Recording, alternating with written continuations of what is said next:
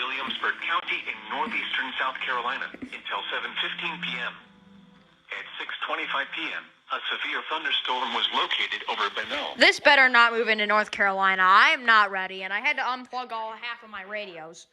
Hazard 60 miles per hour in gusts. Yeah, I had to unplug them. Hail. Source, radar indicated. Impact, minor hail damage to vehicles is possible. Expect wind damage to the trees and power lines.